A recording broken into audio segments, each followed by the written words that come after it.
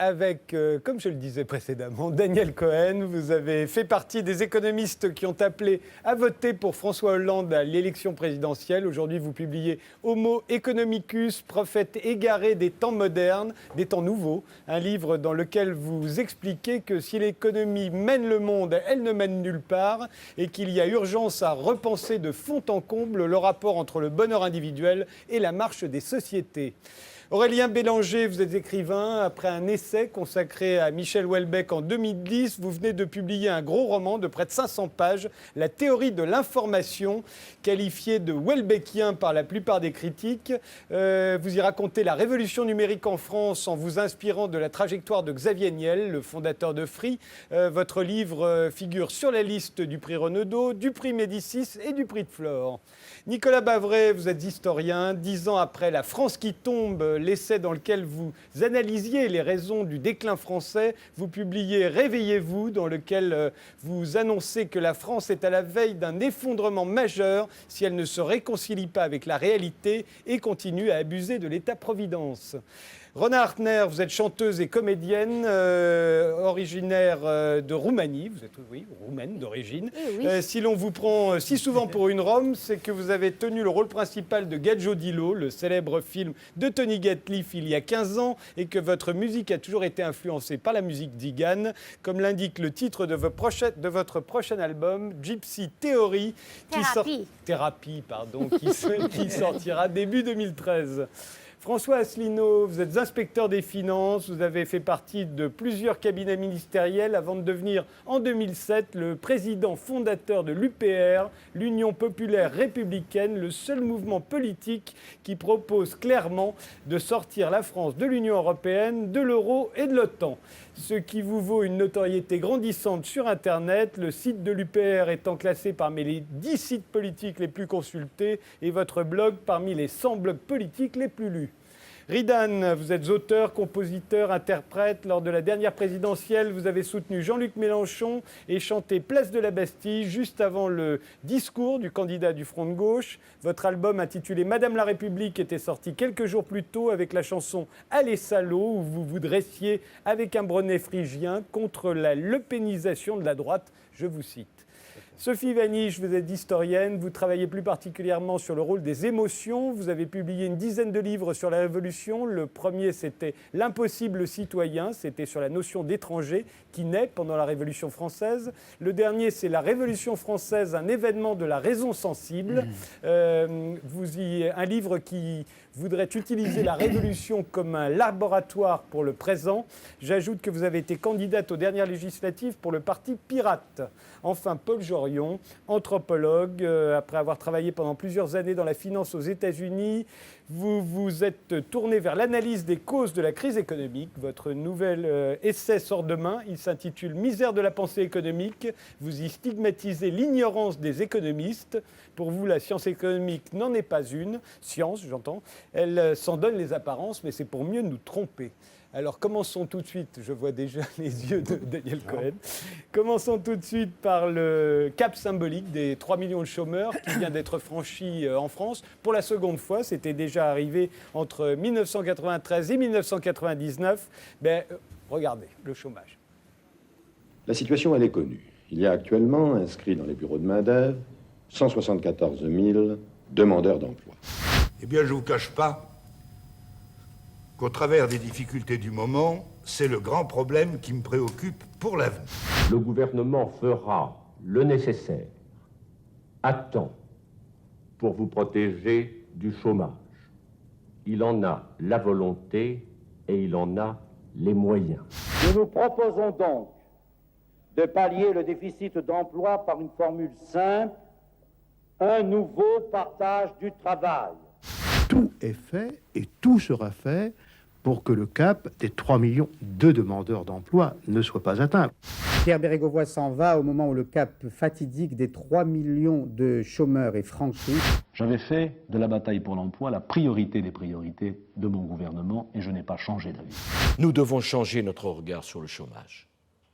Faire en sorte que la formation des chômeurs devienne la priorité absolue. C'est un seuil symbolique, mais il y a des symboles qui frappent les esprits. Le chômage a augmenté de 0,8% au mois d'août. Il franchit donc le cap des 3 millions de demandeurs d'emploi. Nous allons tout faire, le gouvernement de Jean-Marc Ayrault et moi-même, pour endiguer, puis ensuite faire reculer le chômage. Alors ce chômage que l'on combat depuis maintenant plus de 30 ans, est-ce que c'est une spécialité française? J'ai l'impression que c'est votre avis, Nicolas Bavray. On ne peut pas dire que ce soit une spécialité française, c'est-à-dire quand on voit aujourd'hui la plupart des pays développés, ce sont des pays qui ont tous à la fois trop de dettes publiques et puis évidemment trop de chômeurs. On ne peut pas avoir un grand choc déflationniste comme on a eu en 2008 sans avoir du chômage.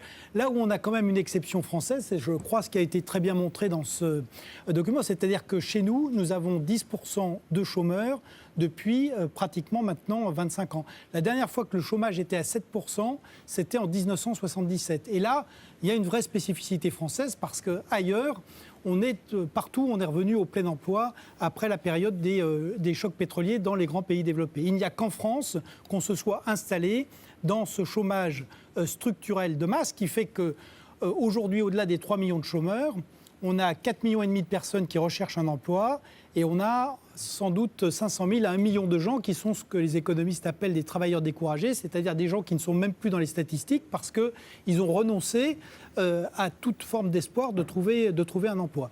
Donc il ne fait pas de doute que ça, premièrement, ce n'est pas seulement un problème économique, c'est un problème social, un problème politique majeur parce que c'est un des terreaux de l'extrémisme et que par ailleurs, on a un problème majeur et spécifique en France sur la durée de ce chômage et son caractère structurel. Daniel Cohen, c'est une spécificité française Alors, à l'heure où on parle aujourd'hui, certainement pas. Nicolas Bavray le rappelait. Quand on regarde les statistiques américaines aujourd'hui, le taux de chômage est à 8%, donc il est en apparence inférieur au nôtre, mais parce qu'il y a eu beaucoup de travailleurs découragés qui ne se présentent même plus sur le marché de l'emploi, sachant que les allocations sont très faibles aux États-Unis, ça ne vaut même pas la peine de s'enregistrer. Si on corrigeait par cet effet, il faudrait le corriger aussi en France, on serait à 11,5% aux États-Unis. Donc il y a, au moment où on parle aujourd'hui, une crise majeure. Quand on regarde la courbe du chômage, alors c'est vrai qu'elle est à un plateau très élevé en France relativement à ce qu'elle a pu être dans les années 60.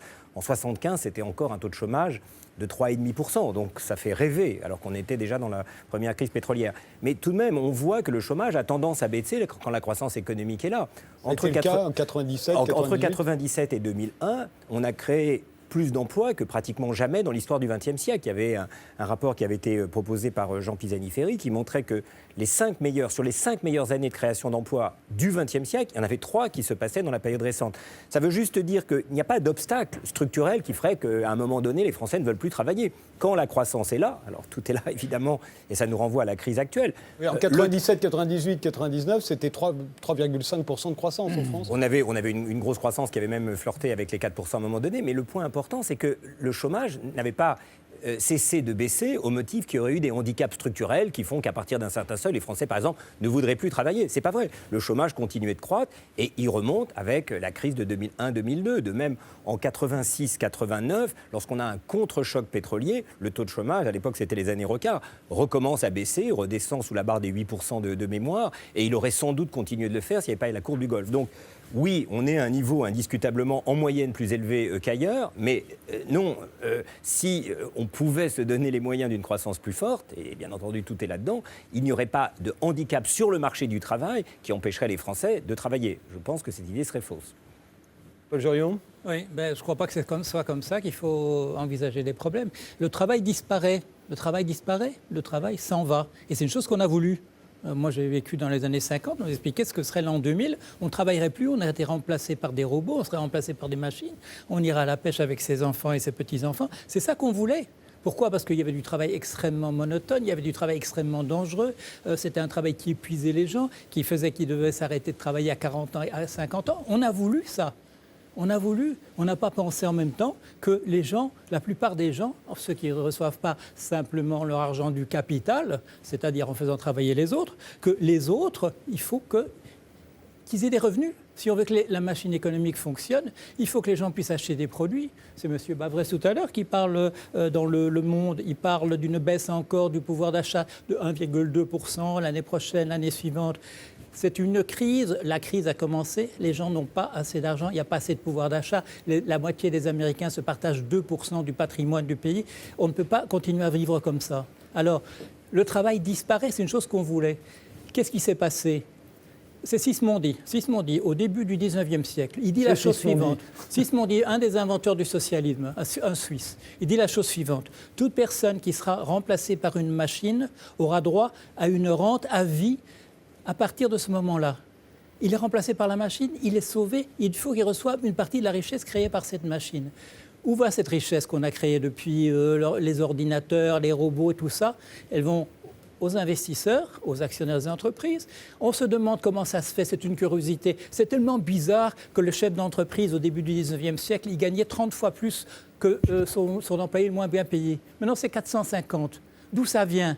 Mais c'est l'argent qu'on n'a pas donné aux autres. C'est vraiment pas très compliqué. Alors, John Maynard Keynes, dans les années 30, il fait une révolution en disant qu'il faut poser le problème économique d'une manière tout à fait particulière. Il faut simplement mettre le plein emploi au centre et tout va s'arranger à partir de là. On ne peut plus le faire. Le travail a disparu. Quand on délocalise, on nous dit oui, 3000 emplois vont disparaître ici en France. Ce sera une usine qui sera créée au Vietnam. C'est plus en Chine parce que les Chinois demandent une augmentation de salaire. On va créer une usine en Indonésie, au Vietnam. Vous croyez qu'on va créer une usine pour 3000 personnes ? Non, on va mettre 30. Le reste, ce seront des robots, le reste, ce seront des machines. Le travail disparaît. On ne peut pas se dire comme ça, oui, on va comparer les 3 millions de l'époque de M. Bérégovoy, les 3 millions de chômeurs avec 3 millions maintenant. Le travail est en train de disparaître. Et c'est une chose qu'on a voulu. Ce à quoi on n'a pas pensé, c'est comme avec l'Europe, on n'a pas pensé à certaines conséquences, qu'il fallait que les gens aient quand même des revenus, bien qu'il n'ait plus de travail. Alors qu'est-ce qu'on dit ? On dit aux chômeurs, vous devriez travailler plus, allez trouver quelque chose. Non, ça n'existe plus. Les sténodactylos ne sont pas en Chine, elles n'existent plus, elles ont été remplacées par des logiciels. Ou par le cadre supérieur qui lui-même tape à la machine à la place de la sténodactylo. Voilà. Les plans sociaux, effectivement, je vous donne la parole à tous, mais les plans sociaux, effectivement, se sont multipliés depuis un mois, en tout cas leur annonce. Regardez. Une vague de plans sociaux, Petroplus, Florange, Conforama. L'annonce du groupe Sanofi de supprimer 900 postes d'ici 2015. Le gouvernement affirme être intervenu pour limiter l'ampleur du plan social.